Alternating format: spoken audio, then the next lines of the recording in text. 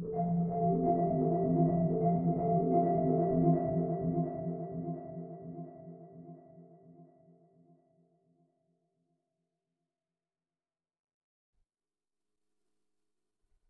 to The Eclective, a new publication and podcast of Books and Bridges, where we explore the meanings of the world and apply them to modern life. My name is Nathan Nielsen, and our guest again is Gary Saul Morson, Professor of Arts, Humanities, Slavic Languages and Literatures at Northwestern University. He is a scholar of steady, reasoned judgment, trained in both literary and philosophical disciplines. Today we continue our probe of the book Minds Wide Shut, How the New Fundamentalisms Divide Us, published by Princeton University Press, co-authored by Dr. Morson and economist Morton Schapiro.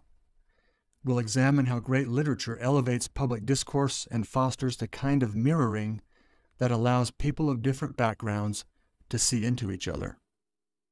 The empathy of here and now requires the perspective of beyond and before. Working against trends that simplify and dismiss the great body of human wisdom, this book embraces the wonder and mystery of life in all its complexity, and it is our job to put it into dialogue. Dr. Morson, so nice to have you back. Oh, it's good to be back again. Thanks for having me. Yeah, thanks. So last time we discussed the first part of your book, which was mostly about studying the mindset of fundamentalism and how we can combat that mindset. Today we'll talk about the literary side of that conversation and how literature can offer a kind of antidote to simplistic, fundamentalist, rigid ways of thinking. So let me just start by asking you, what does literature have to do with the discourse and health of a society? Oh, well, that's a good question. There's never been a society without some form of art. And it's in art that society really, and particularly literature, can hold a mirror up to itself and examine what they usually take for granted. So you can see yourself better. You read a novel, you identify with a character unlike yourself, and see how that character would look at you the way you look at her. And then you have a better sense of who you are, what your values are, what your culture's values are. That's one of the main functions of literature, that without it, a society becomes blind. It loses its perspective on itself. And you've made a career out of it, a very successful career. Well, I've tried to convey to my students what literature has to offer, because the way it's usually taught in high schools and indeed in colleges, it doesn't seem to have very much to offer. And so they know it's something they have to do, or they're not going to be regarded as educated, but they don't see any point to it. And my job is to get them to see why literature is worth their time. Because it takes time to read it, right? I teach Russian novels, after all, which are famously long, right? And why is it worth spending all that time? What is it you can get from literature that you can't get or get as well anywhere else? And if I'm successful, the students will realize that, and I know that because they'll ask me, what shall I read next? In the book you write, this quote really stuck out at me. You say, "We live on a little island of space and time, and literature is, perhaps, the best way to see beyond it." What perspective do the great books offer us? Well, we have a natural tendency to imagine that we are the smartest, wisest people who ever lived. And it's easy to prove that to yourself. You just look at somebody else and they don't agree with you. They have wrong ideas from your perspective, and therefore you're wiser. You can verify that all the time. And a great deal of the way literature is taught presumes that, right? You go back to Shakespeare or Dante or Dostoevsky and judge them according to the values of today, right? And insofar as they share them, you pat them on the head and say, nice, nice boy, nice Shakespeare. And if they don't, you shake your fingers at them and say, how could you not have heard of recycling or something like this? But if you do it that way, you miss the whole point of literature. Because if you presume that your values are necessarily the only possible ones for a wise and decent person to have, you prevent yourself from learning anything else from any other culture. Think how odd it is, right? You presume that here we are, let's say my students who are upper middle class Americans living in, the year we're living in, a small part of history, a small part of the world, different from other parts of the world. But we know that we are right about everything. Think how absurd that is when you actually say it. But if you don't say it, you just assume it, right? But when you start seeing how brilliant people who understood, and you can see they understood things about life you never dreamed of, see the world differently, then you start asking, well, maybe I should ask how they would look at me, not just how I look at them. And just as they are always showing the narrow-mindedness of people who think they're the wisest people in the world. Oh, we laugh at those Victorian Englishmen who thought they were so smart. Then you start asking, but aren't we doing the same thing? They thought their moment in English history was the height of civilization. We think our moment in American civilization is the height of civilization. Are we any less narrow-minded than the people we laugh at? That's what great literature will immediately get you to do as a starting. And then you can proceed to actually get the wisdom from other points of view. Yes. Along those lines, you write, quote, great literature is capable of offering wisdom only if it can say things we do not already know and believe. The classics offer insights that, on the one hand, can participate in contemporary dialogues and, on the other, reflect a perspective not already present among our contemporaries, unquote. So that just kind of sums up what you just talked about. How do we find the timeless wisdom in literature without staying stuck in our blinders in the present? Or, which is another problem, idealizing the past. Well, here's what you do. Novels are particularly good for doing this. You identify with a person unlike yourself. That's very hard to do in life. You can try, and we should, to imagine when we're arguing with somebody or disagree, but how do they see me, right? It takes some effort, but to do that, you can do that, and you should. But in literature has devised, particularly novels, ways in which you can get inside the head of someone like yourself. Great novels trace the sequence of thoughts that go on in, let's say, Anna Karenina's head, and show you why thoughts unlike your own, or feelings unlike your own, seem natural to her or to people of her social class, and why different people at the same time think differently, just the way different people do now. But you don't just know that as an abstract fact. It takes hundreds of pages. A novel is hundreds of pages long. It takes a long time to read it. And in it, you're identifying for hours and hours and hours with another consciousness. When, the heroine does something will hurt her, you wince. No, don't do that, right? You wince. You want to turn your head away from the page, and you come back, right? And the page says the same thing. And you are living in that character's consciousness, right?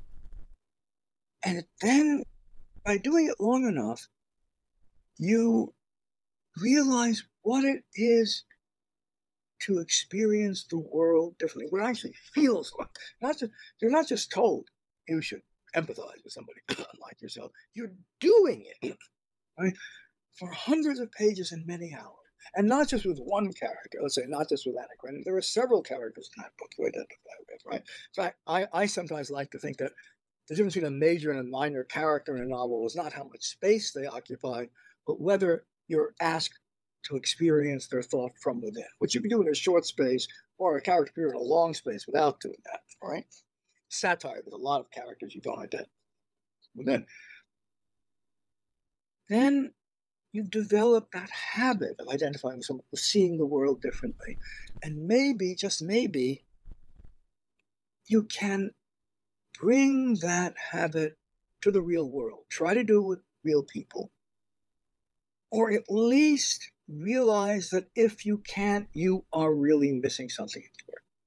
That people who don't think like you are not necessarily foolish or stupid or venal. They have experiences different from yours, which naturally allows them to see the world differently. Everybody's view of the world is partial in both senses of the words, right? It's, biased in some sense, but because it's only of a part, and somebody else is a different part of the world, which leads them to different ways of thinking. And once you've seen that, say, in a novel, even if you can't figure out why another person thinks the way they do, you realize that there is a reason, and it's worth the effort to try to learn it. Yeah, that's a great summation.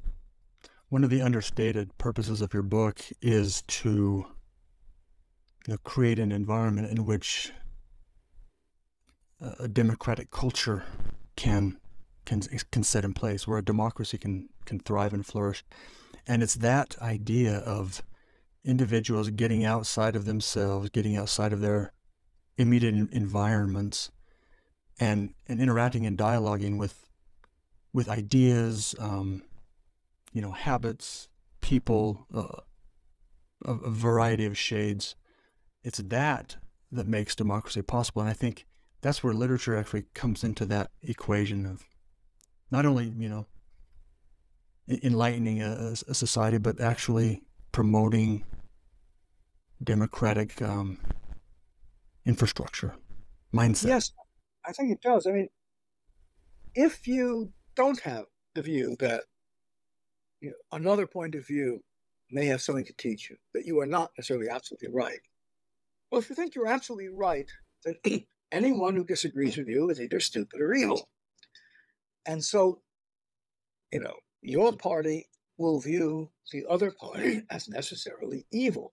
But democracy depends on the notion that there is legitimate different points of view. That's why we have free speech. That's why we don't have a one-party state. People, well, yes, I think this is right, but, we tried this and it didn't work. I guess I have something to learn here. Maybe you were right about that. The idea, that's why people change their mind. They know that they do not have the absolute truth. They know that the best intentioned reforms sometimes not only fail, but are counterproductive. That with good intentions, you come up with bad solutions. That you've missed something really important. And that, therefore, you want other points of view that may have seen something you don't. And in that case, negotiating with people unlike yourself to find some sort of common ground you can both support becomes a useful exercise, not just an immoral one. Well, I'm compromising with you. Okay? And democracy depends on not just shutting down or even shooting your opponents. That's what one-party states do. But actually dealing with them. If you don't believe you should deal with them, then you don't believe in democracy. And understanding that other points of view may have something to them, that what shaped you is not the only thing, it's not guaranteed to be right all the time, right?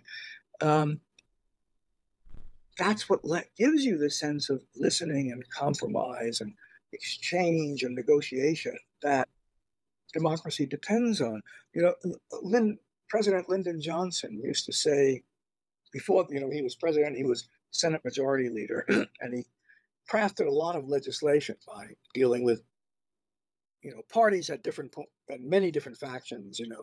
They weren't unified points of view, so dealing with other members of his own party, of the other party, to craft legislation. That was what his job was. And he said that his favorite line from the Bible was, "Come, let us reason together." Right? Well, reasoning together can only be done if you're willing to listen. Right? We often speak of, the importance of free speech, and it is extremely important, but it doesn't work unless you also listen. Yes, that's a very good point. You go to great lengths in the book to categorize the world according to its different spheres, to let certain realms of life be separate and distinct. For example, to let science and morality play their different roles without trying to force them together in all cases. And to that end, you quoted Wittgenstein in the book. He says, "We feel that when all possible scientific questions have been answered, the problems of life remain completely untouched." Unquote. How can literature and possibly even sacred texts illuminate this fluid and indeterminate nature of life? Yes, well, look, people keep thinking that we can really solve all the problems of the world just by looking at it scientifically, right? Just as Newton, formulated the laws of planets, we can arrive at the laws of society, and our social recommendation will therefore be correct scientifically. Not only Marxists thought this, utilitarians, lots of people, behaviorists, lots of people have thought this. But what Wittgenstein's point is that when you really come right down to it, science deals with question of causality. Why did this happen? What are the rules, the laws that made this happen? What are the principles that made it happen? It doesn't tell you what should happen. If I drop a pen, it will fall at 9.8 meters per second squared, as we learn in first-year physics. Is that moral or immoral? Well, the question makes no sense, right? Does it show meaning? Is it meaningful or not? The question makes no sense. It simply is. And so by that, what Wittgenstein's point, I think, is correct, is that you can never derive morality or meaning from simply looking at the laws of physics and nature. Those things have to come from somewhere else. And the purpose of, I think, the best purpose of the humanities in general, and literature in particular, is to explore the best wisdom that humanity has produced, in its many different cultures from all over the world, in a few thousand years, and that we can learn from. And, we have very little to learn from Aristotle's physics, right? Or the science of the 17th century, but that's because we can mark genuine progress in physics. But that isn't true of morality and the idea of meaning. There's no clear line of progress, unless you think you're the smartest people in the world, everything leads to you, which you realize pretty soon is a naive view. And so, although you don't have much to learn from Aristotle's physics, you have a lot to learn from, let's say, his views about what friendship is, which are quite profound. And from the Iliad, what courage is, right? From the Chinese Tao Te Ching about how you accommodate yourself to the universe which seems not to be built for you. All these things which are always present in the human condition they've been addressed somewhere by some wise group or person. And you're not going to get that in chemistry or physics. You need to get that from religion, literature, philosophy. One of the reasons why I love your book is that, you cite so many great authors and great thinkers of the past, and you include their quotes within your book. And one that I really like among the others is one from John Keats. It's a passage that from a letter that he wrote, and it seems to echo your entire working thesis. He says, "It struck me what quality went to form a man of achievement, especially in literature, and which Shakespeare possessed so enormously. I mean negative capability. That is, when a man is capable of being in uncertainties, mysteries, doubts, without any irritable reaching after fact and reason," unquote. Can you explain how this double vision can help some of our societal quarrels today? Yes, well, if you realize that you are so sure of your, let's say, belief in some social program only because you have ruled out counter evidence, right? Your newspaper doesn't say it, and if the other newspaper says it, well, they're biased. Oh my God! So you can never learn anything that is the truth, right? Well, if you're going to if you really care about the truth and helping people with your social reform, you don't want to rule out counter evidence. You invite it, because then you can modify your proposal. If you don't, it's because you're interested in winning, not in helping. If you think of what Keats said about the idea of being willing to live with less than certainty, that your beliefs need to be subject to doubt and examination from other points of view, then you can live in a world where people can differ and amiably get along and learn from each other. And that's the vision that animates democracy. It's precisely the opposite, for example, of the vision that animated the Soviet Union, which was based on the notion that they had the absolute and final truth about all moral and social questions, right? And therefore, you don't let other people, say wrong thing. I remember in my first trip to the Soviet Union, talking to this school teacher I met. And I said, well, wouldn't you like to be in a society that had free speech? And she replied, what are you talking about? We have perfect free speech. We just don't allow anyone to lie. Mm-hmm. Well, I used to get my students to laugh at that. They don't laugh so much anymore because that's what they're told all the time, right? If you don't agree, it's because of misinformation or lying, right? Mm-hmm. The idea that, no, with the best will in the world, you just might be wrong. That is what it takes to adapt to changing circumstances, to live with and learn from other people. And that's, I think, more than ever what we need right now.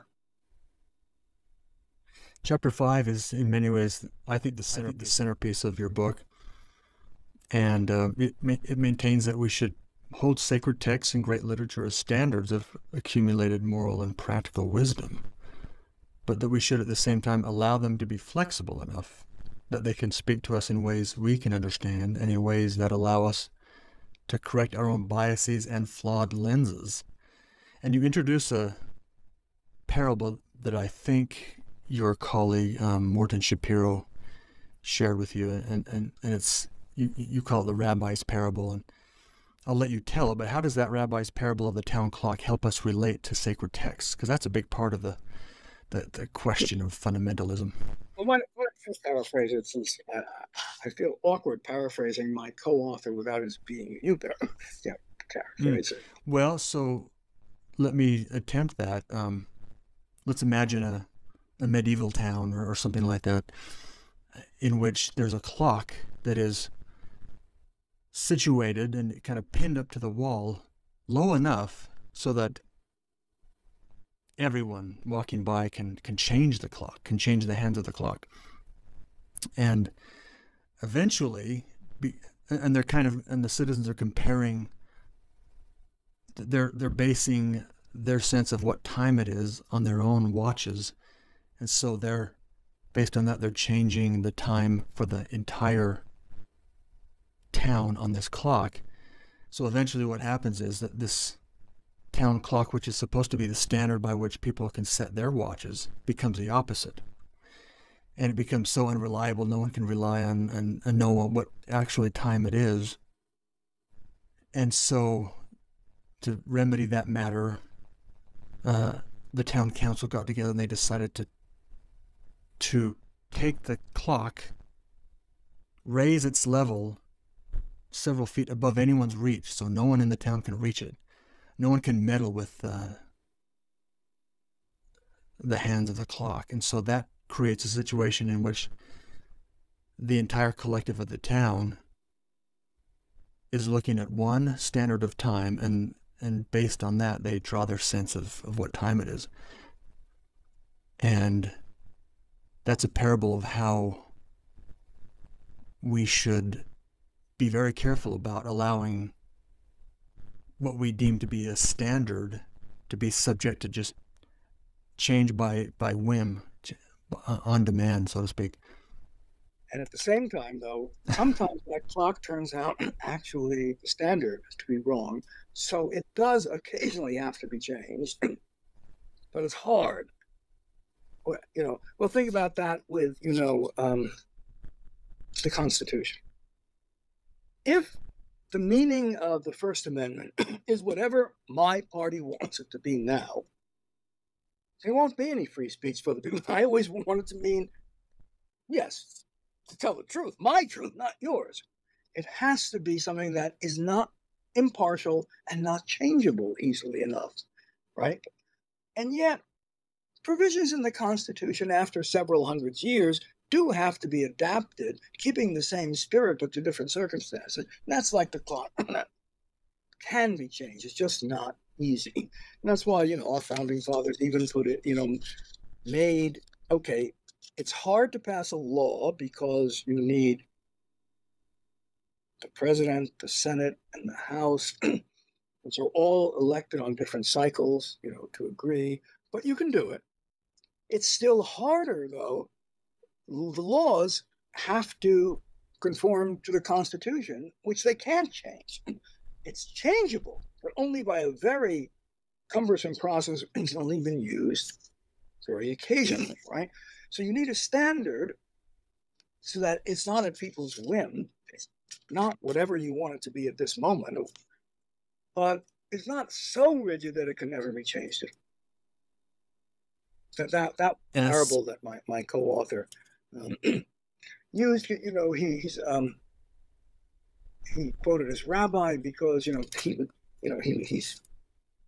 cares very much about his religious beliefs, and that's how he looks at traditional moral precepts. They go back to antiquity, but occasionally there's some that have to be adjusted after a few thousand years, right? And the book gives several examples of those, right? But you don't just do it lightly. Sometimes you do it, but you don't do it lightly. And that seems to be one of the core principles of your book, which is balance, measure, when it comes to developing these standards of literature, standards of sacred texts, standards of societal norms and behavior. So, yeah, I really thought that was an illuminating parable. Sacred texts, I mean, they're very difficult to read. They're very difficult to understand, and sometimes they're very difficult to, apply to your modern life, to your modern society. And so you have to treat disturbing moments in literature very, very carefully. And there are two examples that you, among others, that you talked about in the book. Two stories that present very difficult kind of moral dilemmas that are not easily resolved. That represent a clash of values core values clashing together.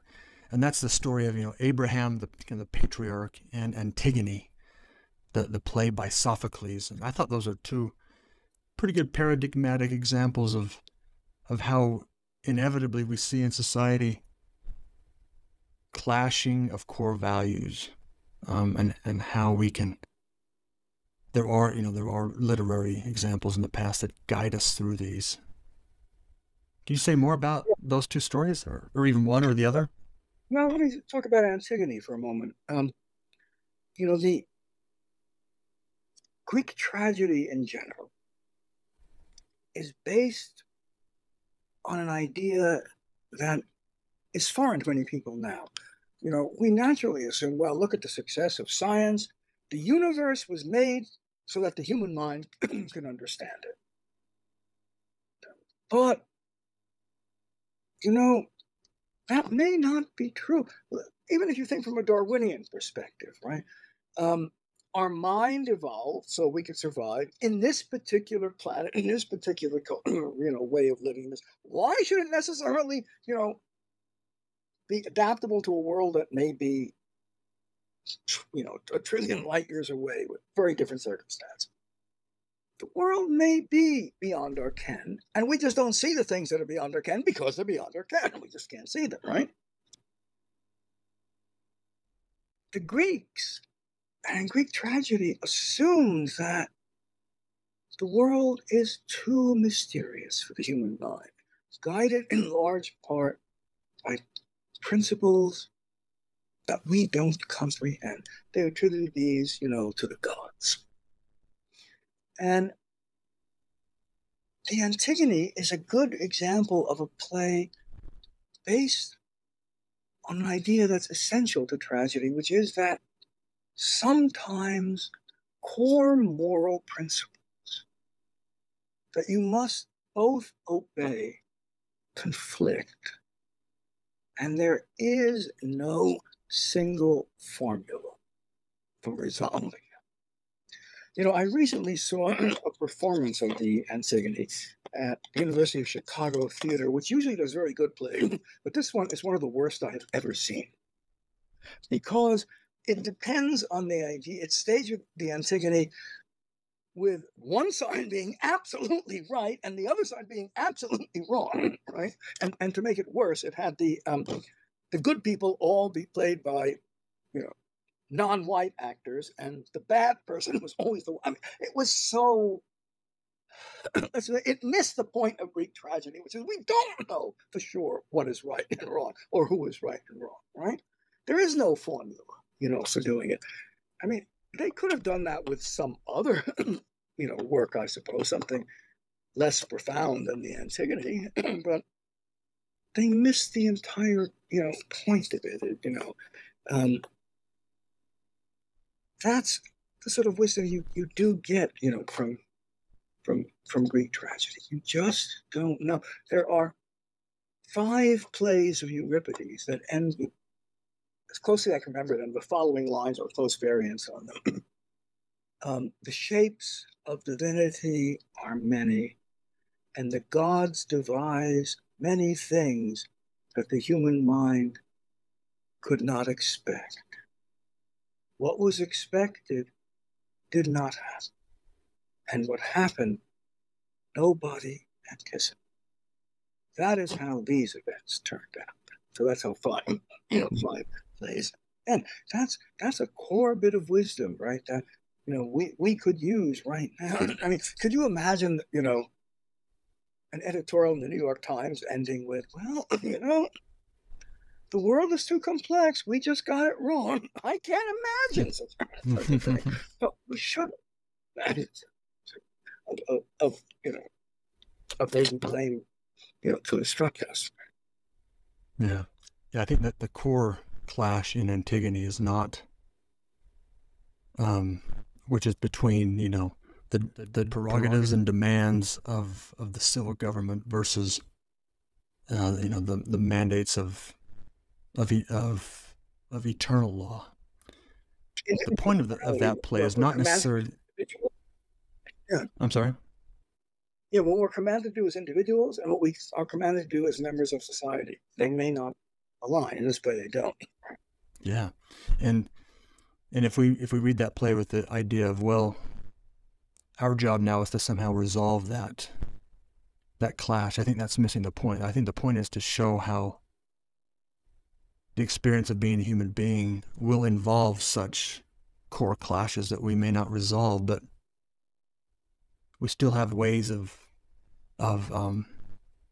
working through them and enduring them. You know, in Antigone's case, she ends in tragic manner, but the Greek tragedies show us ways to at least view the problem and somehow deal with it, endure it.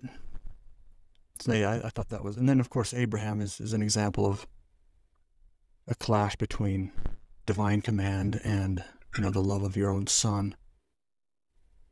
Yes, it's another such, clash, right? And I mean, the story is told in very few words, incredibly economical. But at least as several people have, read it, it is about the depth in a person and how Abraham, what must he be thinking on those 3 days, when he must journey to where he must sacrifice his son, knowing on the one hand that he will sacrifice his son, on the other that he can't sacrifice his son, that knowing that God is just, and yet also knowing that God gave him a solemn promise that he would have descendants through the son he's now supposed to sacrifice at a young age, right? Somehow he must hold all this in his mind together, and his faith and his doubt are not two different things, but are the same thing. I mean, that's really, that's how Kierkegaard, for example, read this story. It's more or less how it gets interpreted in the book some people think is the first truly great book about comparative literature, Mimesis by Eric Auerbach, starts the discussion of this story, and along similar lines. And in both cases, you have a sense of what it is, well, to live with negative capability, where you should know, you want to know, you can't. That's beautiful. This conversation would not be complete if we did not talk about something relating to Russian literature. So let's talk about War and Peace for a second. And you talk about War and Peace and Anna Karenina quite a bit in the book.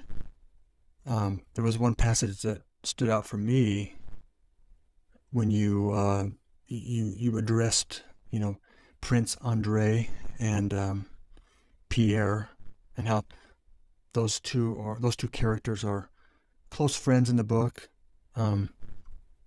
They live very different lives, but in some ways kind of parallel inner struggles.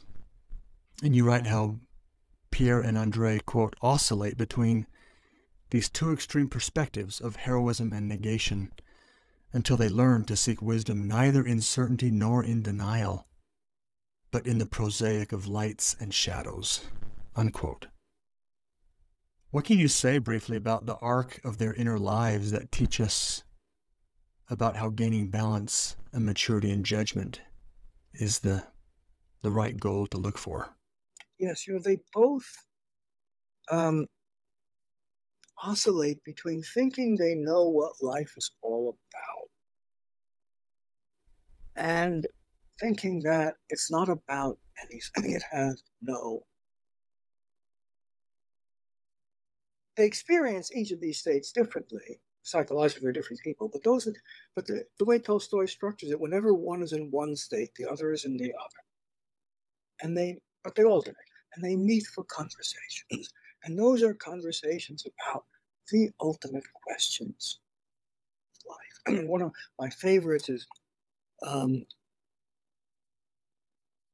in the first half of the book, maybe a third of the way through, they meet on Prince Andrei's estate. And they're walking across it, and they're at a ferry crossing, and they're going to cross, right? And they hear the water sort of lapping, and they're holding these philosophical conversations. Meanwhile, the peasants are looking, why don't these guys get on with it? They don't say what's going on. Right? But they are just, right?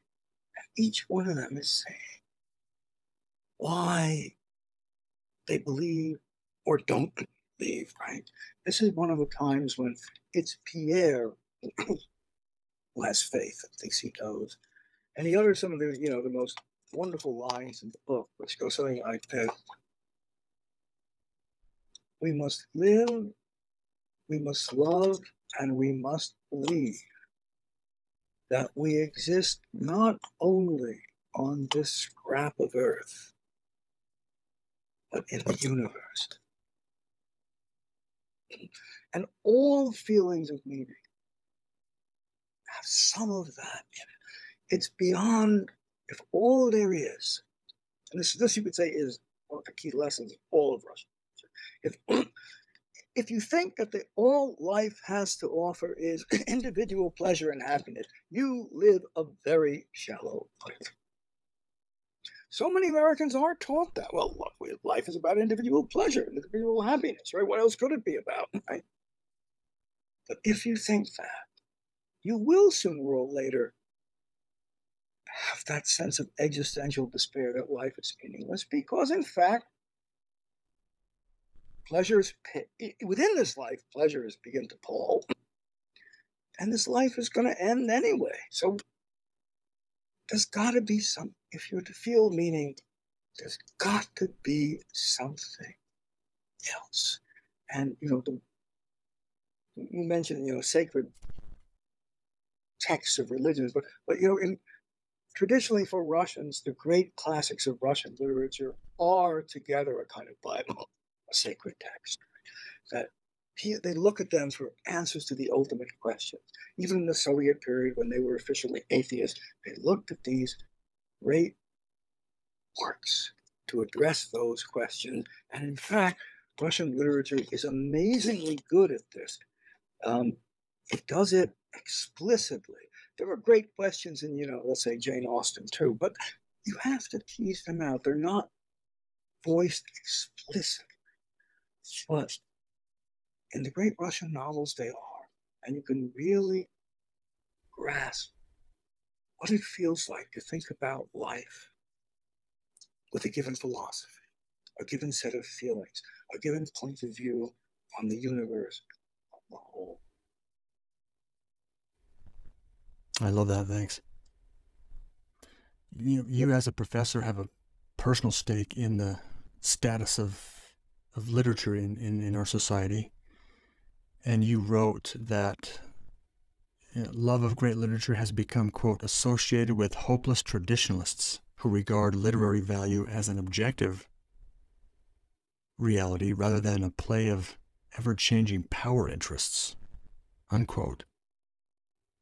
What is at stake in society for who wins that argument? Does literature have objective value, or is it just a power game of words? Yeah, well, I mean, that point of view is that, look, there is no truth. There is no meaning. There's only what one group claims to be true, its meaning for its own selfish interest, and can force others to accept. And that was always true, this theory goes. And therefore, Shakespeare isn't just the way in which the people of those days got there, force others to accept their completely arbitrary values. So there is no point in honoring it. Okay. That's become a very common point of view. It became very common in English departments. And then to my amazement, they wondered why nobody is taking English literature anymore. And my answer is, you tell them that it's worthless. Why are you so surprised if they believe you? Right? But you don't get that when people who teach Russian literature, right? They really believe that the great books of the world, the great Russian novels, really do have something to tell us of timeless value that people at any time can learn. And that is true of the great works of many cultures. We need to honor, our sacred texts and understand why they have survived, whether they are, from the Greeks or the Hebrews, or if we knew enough, from the Bhagavad Gita or the Tale of Genji or the Tao Te Ching, or the great texts of every great civilization has these texts, right? Because wisdom to be learned in all of them. That, I think, is what, a good part of college education should be about. Not that we'll complete it, but we'll give you a taste for it and give you the skills for doing it more. So when at some point later in your life, some existential question of meaning troubles you, you can turn to these great works and shed some light on. Well, on that fine point, Dr. Morson, let's conclude our conversation. It's always a pleasure to have you. Thank you for having me. Thanks. You Thanks. asked wonderful questions. Thank you. I appreciate that. Yeah, it's a dual effort. Yes, it is, really. Yeah. Well, we'll conclude there. Thank you very much, and see you next time. Bye.